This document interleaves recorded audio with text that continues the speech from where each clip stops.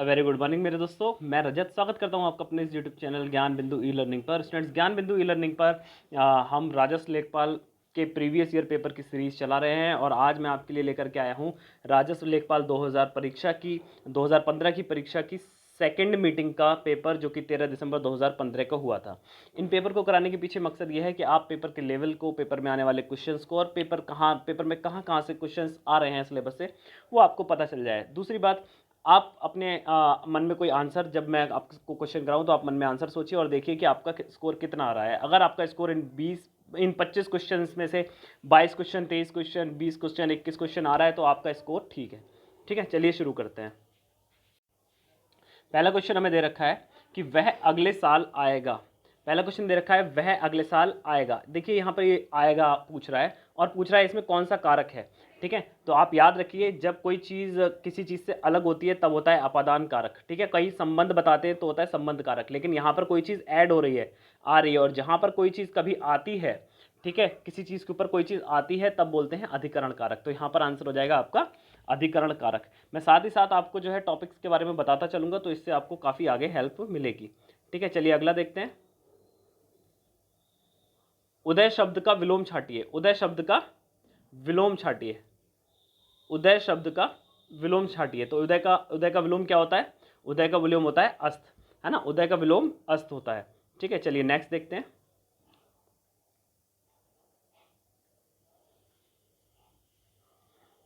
कह रहा है कि निम्नलिखित में से किस वाक्य में भविष्यकाल है? किस वाक्य में भविष्यकाल है? तो देखिए, भविष्यकाल मतलब आने वाली चीज। तो बोल रहा है कि मैं आपकी प्रतीक्षा करूंगा। बिल्कुल सही बात है, भविष्यकाल है। आगे देख लेते हैं। मैंने पेड़ काट लिया है, ठीक है, या मैंने पेड़ काट लिया, ये नहीं होगा।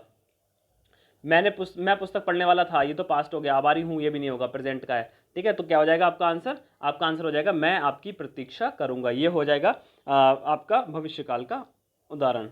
नेक्स्ट देखते हैं क्या कह रहा है। निम्नलिखित लोकोक्तियों मुहावरों का सही अर्थ लिखिए, है ना। मुहावरों का सही अर्थ बताना है, तो सही अर्थ के लिए क्या है? पहला मुहावरा आपसे कहता है ऊंट के मुंह में जीरा। ऊंट के मुंह में जीरा मतलब बहुत बड़ी रिक्वायरमेंट हो, आपको किसी चीज़ की बहुत ज़्यादा आवश्यकता हो और बहुत कम आपको मिले।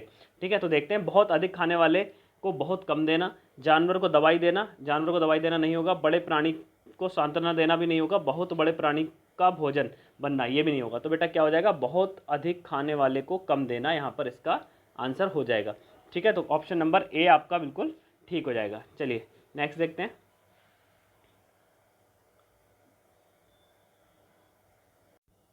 अब देखिए अगला क्वेश्चन आपसे क्या कहता है कि अगले क्वेश्चन में आपको मुहावरे का अर्थ बताना है। क्या है? जूते चाटना। ठीक है, जूते चाटना का क्या हो जाएगा? इधर उधर घूमना? नहीं, बिल्कुल नहीं। जूतों को चमकदार बनाना? जूते चाट के चमकदार थोड़े होते हैं, वो तो पॉलिश करके होते हैं। घूस देना? ये भी नहीं होगा। क्या हो जाएगा आपका? खुशामद करना, है ना। ऑप्शन आपको यहाँ दिख रहा है, ऑप्शन नंबर डी, खुशामद करना। ठीक है, नेक्स्ट देखते हैं। चलिए अगला देखते हैं। कह रहा है कुछ प्रश्न संख्या 6 और 7 के वाक्यों में आए रिक्त स्थानों की पूर्ति करनी है। ठीक है, वेरी गुड। रिक्त स्थानों की पूर्ति करेंगे। आइए देखते हैं क्या होगा। पहला है माता जी को आशीर्वाद। आप माता जी को आशीर्वाद देंगे? नहीं, माता जी आपको आशीर्वाद देंगे, तो गलत हो जाएगा। ठीक है, दूसरा होता है शुभकामनाएं। माता जी को शुभकामना, शुभकांक्षा, शुभकांक्षा नहीं होगा। अगर यहाँ शुभकामनाएं होता तो हो सकता है सही होता। ठीक है, माता जी को स्नेह और माता जी को प्रणाम। ठीक है, तो माता जी को आपका स्नेह, स्नेह क्या होता है? माता जी को स्नेह भी नहीं होगा, यहाँ पर स्नेह छोटे लोगों से होगा, तो यहाँ क्या हो जाएगा? माता जी को प्रणाम। ठीक है, ऑप्शन नंबर आपका क्या हो जाएगा? डी, सी आपका सही हो जाएगा। ठीक है, यहाँ पे बहुत कंफ्यूजिंग है, यहाँ पे ये दोनों देखिए सी और डी दोनों कंफ्यूजन है। ठीक है, तो आपको क्या करना है? ऑप्शन नंबर सी इसको मान के चलना है। चलिए नेक्स्ट देखते हैं। ऐसा व्यक्ति जिसके आने का दिन और ऐसा व्यक्ति जिसके आने का दिन निश्चित ना हो। ठीक है, जिसका वो कब आएगा इस बात का कोई भी दिन निश्चय ना हो, तो उसको क्या बोलते हैं? अभ्यागत बोलते हैं क्या? नहीं। गमन्य बोलते हैं क्या? गमान्य नहीं। क्या होता है? अतिथि होता है। इसीलिए अतिथि को बोलते हैं, जब मेहमान होते हैं उनको बोलते हैं अतिथि। उनकी आने की तिथि नहीं होती है, वो कभी भी आ जाते हैं, उनको बोलते हैं अतिथि। ठीक है, चलिए अब बोलता है स्वच्छ शब्द का पर्यायवाची क्या है? तो स्वच्छ शब्द का पर्यायवाची देखो, ये नीरज, नीरज किसका है? नीरज तो उसका है, कमल के फूल का, है ना। ये नहीं होगा। नीरद भी नहीं होगा, पंकिल भी नहीं होगा। क्या हो जाएगा? निर्मल। निर्मल स्वच्छ का पर्यायवाची हो जाएगा, ऑप्शन नंबर डी। आप नोट करते रहिएगा कि आपके कितने क्वेश्चन सही हो रहे हैं। ठीक है, अगला देखते हैं। इसमें कह रहा है कि त्रुटि वाला एरिया बताना है, यानी ऑप्शन दे रखा है, ठीक है। आपको ये ऑप्शन दे रखे हैं, ये ऑप्शन इस तरीके से देखिए, इसको आप ए मानेंगे, इसको मानेंगे बी, इसको मानेंगे सी, ठीक है। तो ये पूछ रहा है कि कहाँ पर गलती है ना, कहाँ पर गलती है। लिख रहा है मुझे कल 2 किलो लीची खरीदने हैं। तो बेटा याद रखना, लीची जो है वो स्त्रीलिंग है, क्या है, स्त्रीलिंग, ठीक है। लेकिन यहाँ पर क्या है, यहाँ पे खरीदने हैं, तो ये यहाँ पे पुल्लिंग का यूज़ कर लिया है, तो यहाँ पर कौन सा गलत हो जाएगा, लिंग संबंधी जो है यहाँ पर त्रुटि हो जाएगी। तो यहाँ पे क्या होगा, खरीदने हैं, कहाँ पे गलती हो जाएगी, ऑप्शन नंबर सी में गलती हो जाएगी कि मुझे 2 किलो लीची खरीदनी है। यहाँ पे क्या हो जाएगा, आंसर हो जाएगा खरीदनी, है ना।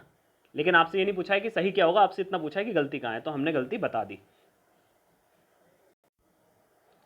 अब देखिए क्वेश्चन नंबर 10 में भी आपसे क्या कर रहा है, त्रुटि पूछ रहा है, और इसमें कह रहा है कि अपने अपने इसमें बताना है कि कौन से भाग में गलती है। एक भाग ये है, एक भाग ये है, एक भाग ये है, ठीक है, और एक है कोई त्रुटि नहीं। तो वो पूछ रहा है कि अपने अपने बस्ते में किताबें डाल लो, इसमें कहाँ गलती है, ठीक है। अपने अपने बस्ते में किताबें डाल लो, इसमें किस में गलती है, तो ये हो जाएगा ए में, ठीक है। अपने अपने बस्ते में अपने अपने किताबें बस्ते में डाल लो, तो ये जो किताबें हैं ना, ये स्त्रीलिंग है, ठीक है, और ये अपने अपने स्त्रीलिंग के लिए यूज़ हो रहा है, तो यहाँ अपनी अपनी किताबें होगा, ठीक है। लेकिन सही क्या होगा इससे मतलब नहीं है, उसने हमसे पूछा है कि गलत क्या होगा, तो ऑप्शन नंबर ए आपका गलत हो जाएगा, ठीक है। चलिए नेक्स्ट देखते हैं अगला क्वेश्चन नंबर 11 और 12 में अनेकार्थी शब्द जो है वो ढूंढ करके लिखना है। 2 शब्द दे रखे हैं, उसमें से एक शब्द आपको और उसका समानार्थी दे रखा होगा, पर्यायवाची दे रखा होगा, आपको उसको चूज करना है, ठीक है। चलिए देखते हैं, दे रखा है प्रमत्त स्वेच्छाधारी, ठीक है। प्रमत्त स्वेच्छाधारी ऐसा व्यक्ति जो क्या होता है, खुद की स्वेच्छा से चलता है, तो उसको हम क्या बोलते हैं, उसको बोलते हैं उन्मत्त, क्या बोलते हैं, उन्मत्त बोलते हैं, ठीक है। क्या बोलते हैं, उन्मत्त बोलते हैं। नेक्स्ट देखते हैं अगला, कनक धतूरा, बहुत ही बढ़िया।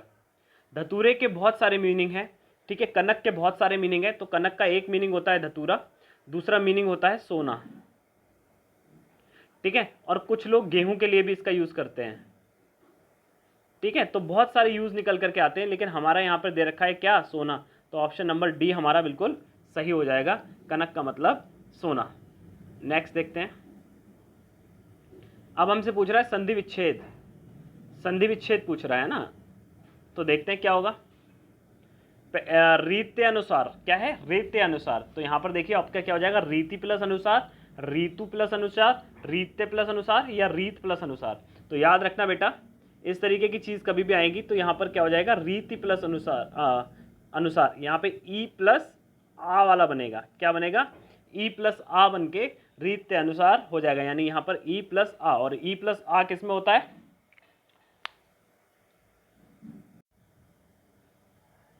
तो यहाँ पे ये किसका हो जाएगा, तो ई प्लस आ हो जाएगा आपका किसका, ये हो जाएगा आपका यड़ संधि, क्या हो जाएगी, यड़ संधि हो जाएगी, ठीक है। चलिए नेक्स्ट देखते हैं अगला, हाँ यड़ संधि हो जाएगी इसकी, बिल्कुल सही है। अगला देखते हैं, और प्रश्न संख्या 14-15 में लिखित वाक्यों में शुद्ध वाक्य का चयन करना है, किसका चयन करना है, शुद्ध वाक्य, क्या कि शुद्ध कौन सा है, तो वह एक महिला विद्वान थी, गलत हो जाएगा। वह एक विदुषी महिला थी, सही है। वह एक विदुषी महिला थी, वह, ये भी गलत हो जाएगा। वह एक विद्वान महिला थी, नहीं, विद्वान किसके लिए होता है, पुल्लिंग के लिए होता है, और स्त्री के लिए क्या होता है, विदुषी होता है। तो आपका ऑप्शन हो जाएगा वह एक विदुषी महिला थी, ठीक है। चलिए नेक्स्ट देखते हैं,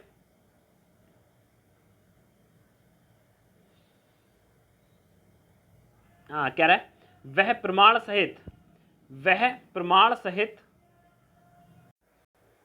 वह प्रमाण सहित अपनी बात बताएगा, वह प्रमाण सहित अपनी बात बताएगा, इसमें क्या हो जाएगा, तो देखते हैं, वह प्रमाण सहित अपनी बात बताएगा, कुछ कुछ ठीक लग रहा है, आगे चलते हैं। वह सह प्रमाण के साथ, सह प्रमाण कुछ नहीं होता है, वह प्रमाण के सहित अपनी बात बताएगा, प्रमाण के सहित भी नहीं होगा। वह सह प्रमाणित सहित, सह प्रमाणित सहित भी नहीं होगा, ठीक है। यहाँ पर अगर वह बोलता कि वह सह प्रमाणित अपनी बात बताएगा, तो एक बार को मान भी सकते थे, ठीक है। लेकिन यहाँ पर ये सारे गलत है, पहला ही सही है कि वह प्रमाण सहित अपनी बात बताएगा, ठीक है। अगला देखते हैं, प्रश्न संख्या 16 और 17 में वाक्यों के लिए एक शब्द चुनना है। ठीक है, कोई वाक्य दे रखा है, उसके लिए एक शब्द चुनना है। किसी की सहायता करने वाला, बताओ किसी की सहायता करने वाला। देखो सहचर क्या होता है, सहचर तो दोस्त होता है ना, तो ये तो नहीं होगा। ठीक है, सहृदय, सहृदय भी नहीं होगा। ठीक है, सहकार भी नहीं होगा, क्या हो जाएगा, सहायक हो जाएगा। ठीक है, क्या हो जाएगा, सहायक आपका आंसर यहां पर हो जाएगा। ठीक है, चलिए नेक्स्ट क्वेश्चन देखते हैं। देखो भला चाहने वाला, भला चाहने वाला कौन होता है बेटा, तो निस्वार्थ होता है क्या, निस्वार्थ कोई भला तो चाहता है, लेकिन इसके लिए मतलब नहीं है कि वो भला चाहने वाला के लिए यूज हो। पुण्यात्मा ये भी नहीं होगा, सहायक ये भी नहीं होगा, क्या हो जाएगा बेटा, भला चाहने वाला आपका हितैषी हो जाएगा। कौन हो जाएगा, हितैषी, आपकी हित की इच्छा करने वाला, हितैषी। ठीक है, चलिए नेक्स्ट देखते हैं अगला।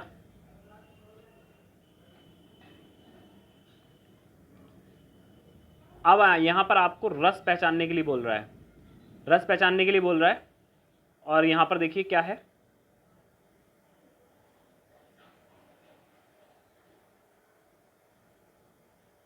हाँ यहां पर देखिए बोल रहा है, अखियां हरि दर्शन की भूखी, है ना, कैसे हो रूप सहराची, ए बतियां सुनी सुनी रूखी, इसमें कौन सा रस है। तो बेटा इसमें याद रखिएगा, इसमें जो है आपका वियोग श्रृंगार रस है। क्या है, वियोग श्रृंगार रस। क्यों, क्योंकि दर्शन की भूखी है, वो वियोग में बैठा हुआ है ना, और वियोग में अगर कोई व्यक्ति बैठा है तो वहां पर कौन सा रस होता है, वियोग श्रृंगार रस होता है। ठीक है, चलिए विद्वान का स्त्रीलिंग, अभी मैंने आपको बताया था विद्वान का स्त्रीलिंग क्या होता है, विदुषी होता है। ठीक है, विद्वान का स्त्रीलिंग क्या हो जाता है, विदुषी हो जाता है। ठीक है, नेक्स्ट देखते हैं क्वेश्चन नंबर 20, तद्भव शब्द को पहचानना है, तद्भव शब्द को पहचानना है। ठीक है, तो तद्भव शब्द क्या होगा, देखो प्रांगण होगा क्या, प्रांगण नहीं होगा, आश्रम होगा, ये सब संस्कृत के शब्द हैं। उद्वेग भी नहीं होगा। प्यास जो है वो हमारा कैसा शब्द है, प्यास हमारा तत्सम शब्द है। ठीक है, प्यास हमारा कैसा शब्द है, तत्सम शब्द है। चलिए नेक्स्ट देखते हैं। अब यहाँ पर आपसे क्या पूछेगा, अलंकार पूछेगा। काली घटा का घमंड घटा, बच्चों को बहुत सारों को याद होगा, नहीं होगा तो बता देता हूँ। जब दो शब्द समान, दो अलग अलग शब्दों के, दो एक ही शब्दों के प्रयोग दो बार हों और उनके दो अलग अलग अर्थ निकलें। जैसे यहाँ पर देखिए घटा यहाँ भी यूज हो रहा है, घटा यहाँ भी यूज हो रहा है। यहाँ घटा का एक अलग मतलब है, यहाँ घटा का एक अलग मतलब है, यानी इन दोनों के मतलब अपनी अपनी जगह अलग हैं। और जब इन दोनों के मतलब अपनी अपनी जगह अलग होते हैं तब क्या हो जाता है, अलंकार उसमें क्या होता है, यमक अलंकार हो जाता है। कौन सा अलंकार हो जाता है, यमक अलंकार हो जाता है।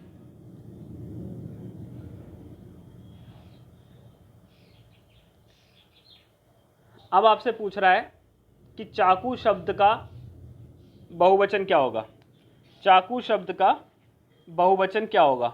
ठीक है, तो याद रखना चाकू एक ऐसी विभक्ति है, चाकू एक ऐसा शब्द है जिसका बहुवचन भी चाकू ही होता है। ठीक है, कभी भी चाकुएं, चाकुओं, ये कुछ नहीं होता, चाकू का चाकू ही होता है। ठीक है, चलो ये एक अकारांत पुल्लिंग है ना, अकारांत पुल्लिंग है। त्रिवेणी में समास बता दो भैया। त्रिवेणी मैंने आपको बताया, कभी भी किसी भी शब्द में अगर आपको गिनती आ जाए, ठीक है, एक द्वि त्रि, है ना, इस तरीके से अगर इस तरीके की कोई गिनती अगर आपकी आ जाती है तब आपका वहाँ पे समास जो होता है वो कौन सा होता है बेटा, वहाँ पे समास होता है आपका द्विगु समास। ठीक है, कौन सा समास, द्विगु समास। जब भी कभी गिनती आ जाएगी तब आपका समास वहाँ पे क्या हो जाएगा, द्विगु समास हो जाएगा। ठीक है, चलिए नेक्स्ट देखते हैं।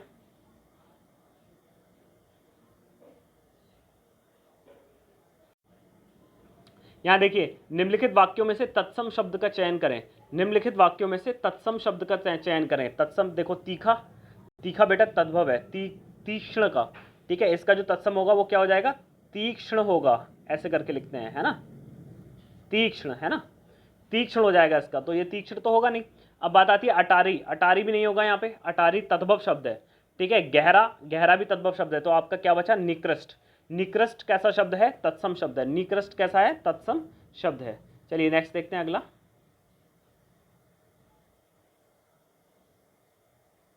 हाँ, अगला क्वेश्चन क्या है, अत्यधिक व्यस्तता से जीवन में नीरसता आती है।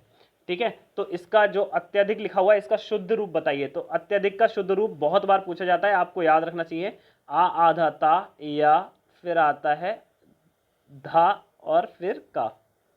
ये अत्यधिक की सही स्पेलिंग है, सही तरीके से जो वर्तनी है वो ये है। तो इसका जो ये वर्तनी कहाँ पे दिखाई दे रही है आपको, ये वर्तनी आप देखिए कहाँ आपको दिखाई दे रही है, ये दिखाई दे रही है ऑप्शन नंबर ए में, है ना, ऑप्शन नंबर ए में दिखाई दे रही है अत्यधिक। ठीक है, तो ये ऑप्शन नंबर ए सही हो जाएगा। ये आपके सन 2015 के लेखपाल की परीक्षा का हिंदी का पेपर था। आपने इसमें कितना स्कोर किया आप मुझे बताइएगा कि आपने लगभग कितने क्वेश्चन सही किए। ठीक है, अगर आपके 20 से 22 क्वेश्चन 20 से ऊपर अगर आपके क्वेश्चन ठीक हैं तब आप कंपटीशन में आपकी स्थिति अच्छी है, आप अच्छे तरीके से परफॉर्म कर पा रहे होंगे। ठीक है, अगर आपको हमारा वीडियो अच्छा लग रहा है तो प्लीज़ इसको शेयर कीजिए, चैनल को सब्सक्राइब कीजिए। एक वीडियो बनाने में बहुत मेहनत लगती है, आपका जो लाइक होता है और जो शेयर होता है और जो सब्सक्रिप्शंस होते हैं उनसे हमें बहुत ज़्यादा मोटिवेशन मिलता है। मिलते हैं नेक्स्ट लेक्चर में, धन्यवाद।